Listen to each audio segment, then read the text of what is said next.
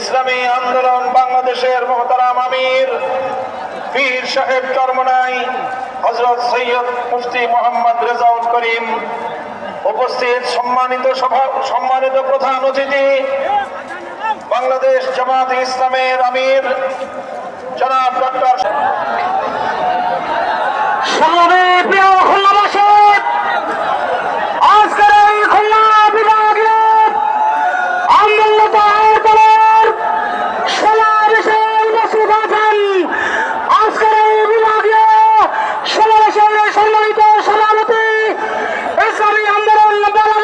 Mandate দিয়ে প্রথম হচ্ছে সংস্কার করতে হবে, অর্থবহ সংস্কার।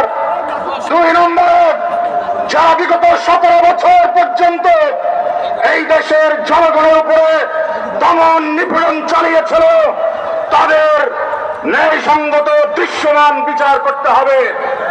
3 নম্বরে, একটি ক্রেডিবল, গ্রহণযোগ্য এবং সুষ্ঠু অবাধ নির্বাচনের আয়োজন করতে হবে।